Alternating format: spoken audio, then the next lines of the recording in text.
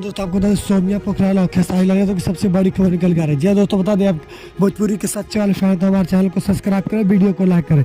चलिए आपको वीडियो को सीधा डिटेल में लेके चलते थे। बता दें सोम्या पोखराल और खेसारी लाल यादव जो कि काफ़ी एक जोड़ी अच्छी लगती है और देखने में भी काफ़ी सोम्या पोखराल अच्छी लगती है। आपको बता दें सोम्या पोखराल जो कि हाल ही में सुपर हिट हुई है जो खेसारी लाल यादव का देन है। बता दें खेसारी लाल यादव का टैटू बनाई और खेसारी लाल यादव स्टेज शो में लिए और इसे स्टार बना दिए। तो बता दें जो कि खेसारी लाल यादव बता रहे हैं कि सोम्या पोखराल से हम बहुत जल्द शादी करने वाले हैं। सोम्या पोखराल भी बता रही है कि खेसारी लाल यादव हमें बहुत अच्छे लगते हैं, हम इनसे शादी करेंगे।